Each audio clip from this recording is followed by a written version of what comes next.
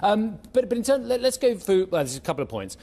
Apple, you talked about Huawei. You talked about Samsung. I mentioned Huawei as well. The one thing that people love about Apple is the integration with other devices, the ecosystem. SaaS has been an amazing success for them, software as a service as well.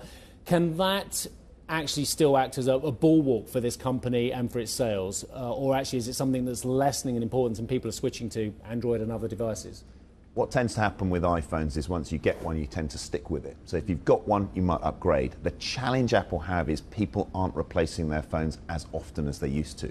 So with some of our consumer research at CCS Insight, we're looking at talking to consumers and saying, the next phone you buy, how long do you think you're going to keep it? And they're saying 4 or 5 years. Which is, was it 6 months more than it used to a year ago? Yeah, it's gone up, but they are buying more expensive devices. So it's interesting on the new iPhone. There's the AI stuff. Apple have also doubled down on the camera because that's one of the key purchase drivers. The rest of the phone looks the same, everything, but camera is still a major consideration for people. So they're focused on that. Tell me about China. We've mentioned China in relation to all kinds of companies, even since the time you've been sitting here as well.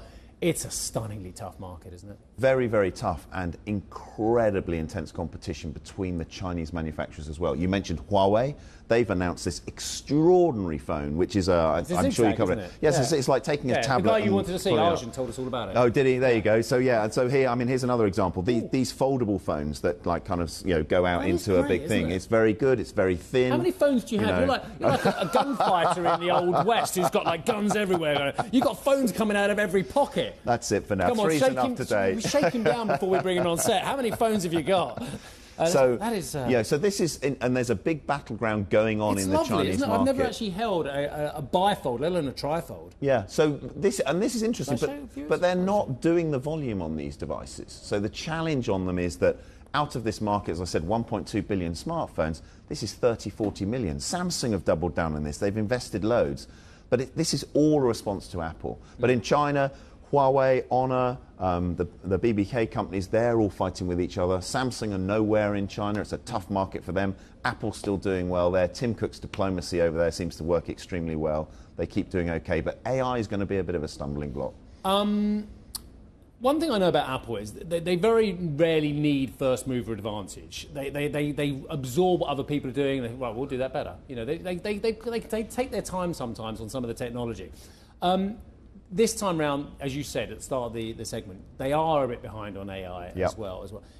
Do you have concerns that actually Apple, I know this is a huge question, but Apple could be in a Nokia type phase where they're at the top, but actually looking down, it doesn't look so great? I think the difference with Apple is they have got this entrenched position. The market's more mature now, so we're not getting that rapid change year on year. People aren't spinning their phones as much.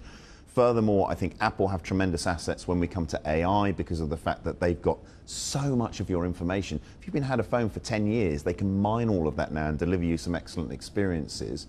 And I think that they are also driving money from their services business. So in the old days, Nokia sold you a phone, took a bit of margin, and then just hoped you'd come back in 2 or 3 years' time and buy another one. Apple, at least, even the second-hand phones are the gift that keep on giving. If you've got a second-hand phone, you'll still be buying apps, you still might have iCloud, you might be doing a few other things, making transactions. They make money on all of that, so it's interesting.